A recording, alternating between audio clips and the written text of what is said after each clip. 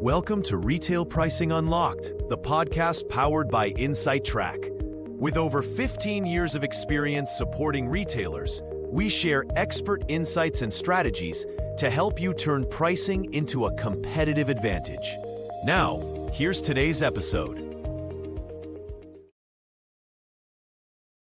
Welcome back to The Deep Dive. This is the show where we try to cut through all that noise, look at the sources, and really pull out the insights that matter. Today, we're digging into something absolutely critical in retail: pricing strategy. Specifically, we're tackling that very tempting idea of plug-and-play pricing tools. You know the pitch, right? Instant setup, no fuss, fast results. And for retail leaders, you're under pressure, margins are tight, competitors are quick. That promise, it sounds really good. But what if that simple fix, that easy button, isn't just falling short? What if it's actually holding your business back? Yeah, it's a common trap.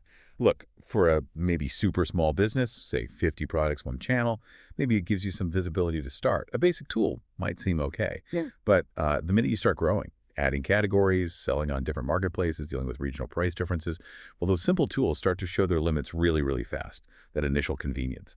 It can quickly become a major strategic headache. Exactly. So that's our mission today. We want to unpack this whole plug-and-play idea in price intelligence. We're going to lay out 5 big limitations you need to be aware of. We'll explore why faster isn't always better and, what really makes the difference between proactive market leaders and teams just stuck reacting. Ready to dive in? Let's do it. Okay, first big issue.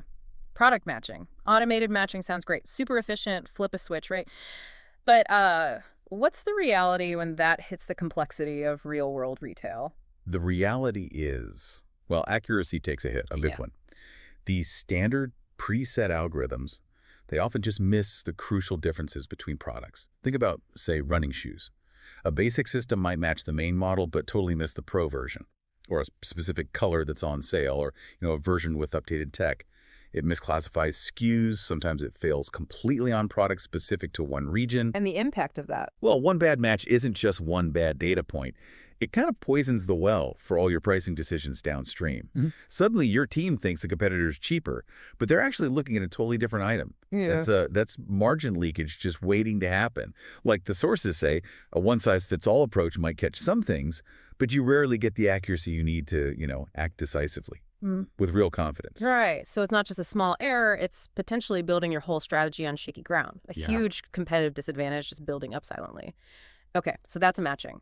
Now, this next one I think is really interesting. Rigid systems. How the tool fits or doesn't fit with how you actually operate. Exactly. A good tool should adapt to your business, right? Not force you to adapt to it. Every retailer has its own way of doing things. Unique pricing rules, specific chains of approval for changes, different margin targets, promotion schedules. It's complex. A rigid plug-and-play tool often makes you bend your established workflows to fit its structure. It's like trying to jam your unique process into their pre-made template. And the result isn't actually faster, is it? Ironically, no. It often creates more work. Manual workarounds, people doing the same task in multiple places, analysts spending time fighting the system instead of analyzing the market. It creates friction. You end up with, more admin headache than actual strategic answers.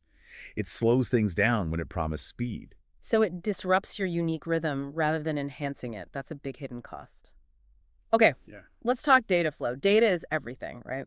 But what happens when your pricing tool is basically an island disconnected from everything else, poor integration? What does that mean for strategy? Yeah, this is a massive vulnerability. If your pricing tool doesn't talk smoothly with your core systems, your ERP, your PM system, your e-commerce platform, you get data silos. Right.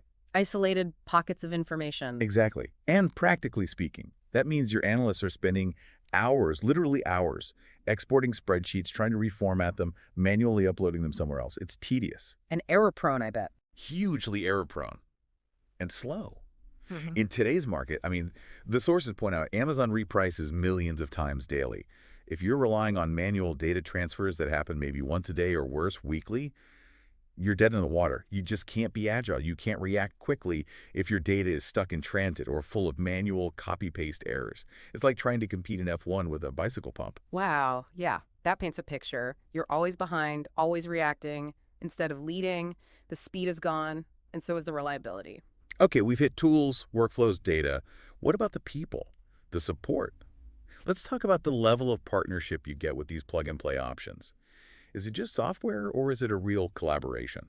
Yeah, that's often a big difference. With many plug-and-play tools, the support feels like, okay, here's your login, documentation's over there, good luck. Huh, right, a help desk, basically. Pretty much. You get basic troubleshooting. Maybe you can submit a ticket if something's broken. You ask a question, you wait, you get an answer. It's functional, but it's purely reactive. And that's not enough when you're dealing with something as complex as pricing. Not really. What's often missing is a partner who actually digs in to understand your business, your specific goals, your market, your challenges. You need more than just fixing technical glitches. You ideally want proactive advice, someone who can look at your data, the market trends, and say, hey, based on this, maybe you should consider doing X or Y next. Strategic input. Strategic input, exactly, not just a generic FAQ. Without that kind of dedicated expert guidance, trying to really optimize your pricing strategy can feel, well, pretty overwhelming, like you're just guessing. It's like being handed a compass versus having an experienced guide for a tough hike. That guide makes all the difference. All right, final point. Let's look ahead. Your business grows, right? You expand, add new lines, maybe go international. What happens then? Does the system grow with you? That's the million-dollar question, isn't it? Businesses aren't static. They evolve. Your pricing system needs to evolve too. And this is where plug-and-play tools often really fall down. They tend to lack that fundamental flexibility. Well, think about adding a whole new product category with different pricing logic, or rolling out in a new country with different taxes and compliance rules, or maybe dealing with more complex omni-channel scenarios. These simpler, off-the-shelf tools, they rarely have the ability to easily add custom features or handle complex new integrations that become critical as you scale. Retailers find they just hit a ceiling. The system that was supposed to help them grow actually starts to hold them back. It becomes an obstacle. So you're stuck. Pretty much. Yeah. You either have to create really clunky, inefficient workarounds, or you face the pain and expense of ripping it out and starting over with something else. It's a hidden cost, but a very real one. That's a crucial point. What looks like a solution today can become tomorrow's problem if it can't scale with your ambitions. Okay, these limitations are clear. Let's make it concrete. You mentioned a real-world example from the source as a retailer who faced these exact issues. Yes. There's a great case study of a mid-market home goods retailer. They started, like many do, with a pretty basic plug-and-play pricing tool. Tracked a few key competitors. Seemed okay at first. But then, all the problems we've discussed started to surface. They had constant issues with mismatched SKUs. The tool just couldn't handle their product variations accurately. They were missing competitor promotions all the time. And a huge issue. No real integration. They couldn't get the pricing data into their e-commerce system automatically. ouch. What did that mean for their business? It meant they were always late reacting to competitor price moves. Because they didn't have accurate, timely data, they ended up over-discounting sometimes just to keep up, which killed their margins. Other times, they missed opportunities entirely and lost sales. They were essentially flying blind, making decisions based on incomplete, often old information. It was painful. Sounds incredibly frustrating and costly. So what changed? They switched, right? They did. They moved to what the source described as a partner-led solution, and the difference was dramatic. How so? They went from these sort of patchy, weekly manual updates to getting daily, automated, and much more accurate market data. That agility boost alone was huge. Get this. Their pricing errors dropped by over 80%. 80. And because their promotions were finally aligned with what was actually happening in the market in real time, their campaign ROI shot up significantly. Wow, 80% reduction in errors. That's massive. It is. They stopped guessing and started making informed decisions. So it really highlights that shift, doesn't it? Moving pricing from just a simple feature you get from a tool to building it as a core strategic capability, something that actually drives growth. Absolutely. It's a different mindset. And a partner-led approach, based on what we're seeing, looks fundamentally different in practice. It starts with tailored product matching, often involving human experts alongside the tech to really nail the accuracy for your specific products and market. Right, not just generic algorithms. Exactly. Then the system gets configured around your workflows. Your margin rules, your approval processes, they're built in, not bolted on. Data integration is seamless. It connects properly with your ERP, your PM, your BI tools, whatever you use. No more data silos, no more manual upload. And the support aspect. You get dedicated teams, people who understand your business, who do proactive reviews, offer strategic advice. It's a partnership, not just a login. And crucially, the whole thing is designed to scale with you. New categories, new markets, more complexity. The system can flex and adapt. You don't hit that frustrating ceiling. It sounds like it's about empowering the retail team, not just giving them automated software. That's a great way to put it. Empowerment, not just automation. Okay, so as we wrap up this deep dive, let's boil down the key takeaways. That plug-and-play promise, it's tempting, offers convenience. But for retailers serious about growth, that convenience often means sacrificing control, accuracy, and the ability to scale long-term.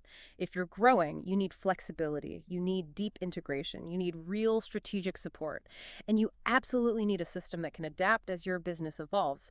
These aren't optional extras, they're essential. Well said. Which brings us to maybe a final thought for everyone listening. In pricing, convenience should never, ever come at the cost of control. The retailers who are winning today aren't just installing software and hoping it works out. They're investing in partnerships. Partnerships that deliver accurate data they can trust, flexible workflows that fit their business, and scalability for the future. Because let's face it, pricing isn't static. Your business definitely isn't static. So why would you accept tools that are? It's a really powerful question to end on. Thanks for tuning in to the deep dive. If this was helpful, please hit follow, and you can always find more insights over at insighttrack.com. Until next time, remember, speed is definitely important, but in the long run, flexibility wins the race. You've been listening to Retail Pricing Unlocked, brought to you by InsightTrack. For more resources, case studies, and expert support, visit insighttrack.com.